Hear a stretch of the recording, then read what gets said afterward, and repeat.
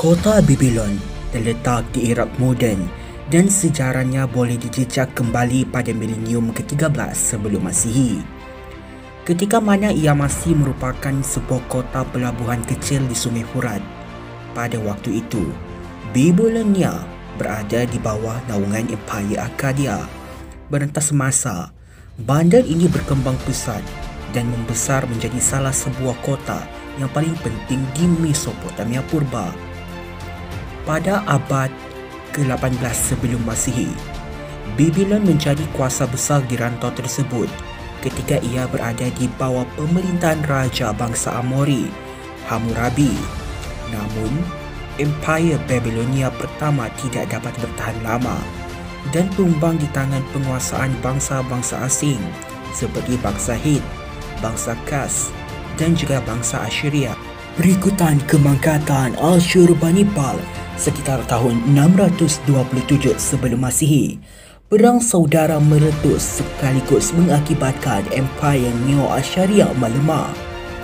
Ramai yang mengambil kesempatan ini untuk melakukan pemberontakan. Antaranya ialah penguasa Kaldan yang bernama Nabopolassar. Beliau membentuk pakatan dengan bangsa Medes, Parsi, Scythia dan Kimeri. Pakatan ini berjaya menghapuskan Empire Neo-Assyria secara muktamad. Setelah merdeka dari pemerintahan bangsa Assyria, Nabopolassar pun menubuhkan Empire Neo-Babylon dengan kota Babylon dijadikan sebagai ibu kota. Empire ini mencapai zaman kemuncaknya pada era pemerintahan Nabonidus II yang menggantikan Nabopolassar sekitar tahun 605 sebelum Masihi. Pada era pemerintahan beliau yang berpanjangan sehingga tahun 562 sebelum Masihi, Empire Neo-Babylon menguasai wilayah Babylonia, Assyria, sebahagian Asia Kecil, Phoenicia, Israel dan bahagian tanah. Raja-raja yang menggantikan Nabonidus II tidak memiliki keupayaan yang setanding dengan beliau. Kesemuanya memerintah dalam tempoh yang waktu sangat singkat.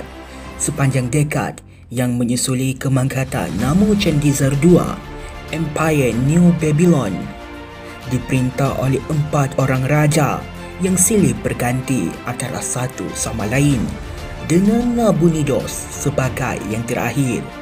Nabonidus memerintah dari tahun 556 sebelum Masihi sehinggalah pada tahun kejatuhan Babylon, iaitu pada tahun 539 sebelum Masihi. Nabonidus memerintah selama 17 tahun dan namanya dikenang sebagai pemerintah yang membaik pulih seni bina dan tradisi purba di rantau itu, sekaligus meraihkannya gelaran Raja Arkeologis dalam kalangan sejarawan moden. Walau bagaimanapun, beliau tidak begitu digemari oleh rakyatnya, terutamanya pendeta Marduk. Hal ini kerana beliau cenderung mengedepikan kultus Marduk, sedewa pelindung Babylon, dan lebih mengutamakan dewa bulan, Sin. Pada sekitar tahun yang sama, Parsi di timur berkembang secara pesat di bawah pemerintahan Cyrus Agung. Pada tahun 549 sebelum Masihi, Medes ditewaskan oleh Parsi yang kemudiannya melanjutkan penaklukan di wilayah sekeliling Babylon. Akhirnya pada tahun 539 sebelum Masihi, kota Babylon sendiri ditakluk oleh Parsi. Kejatuhan Babylon ini menandakan berakhirnya Empire Neo-Babylon.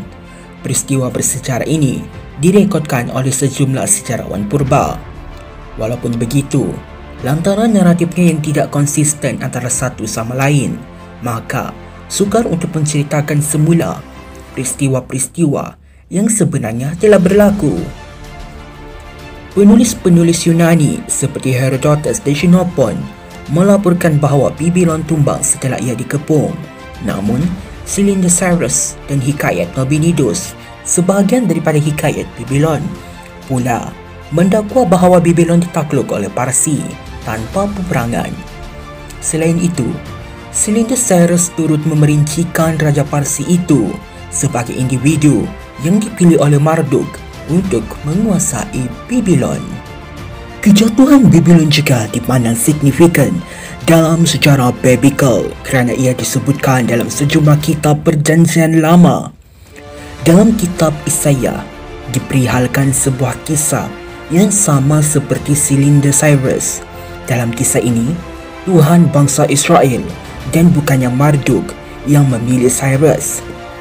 Selepas kejatuhan Babylon, kaum Yahudi yang diusir dari tanah air mereka semasa ditakluk oleh Nabuljandar II dibenarkan pulang ke kampung halaman masing-masing.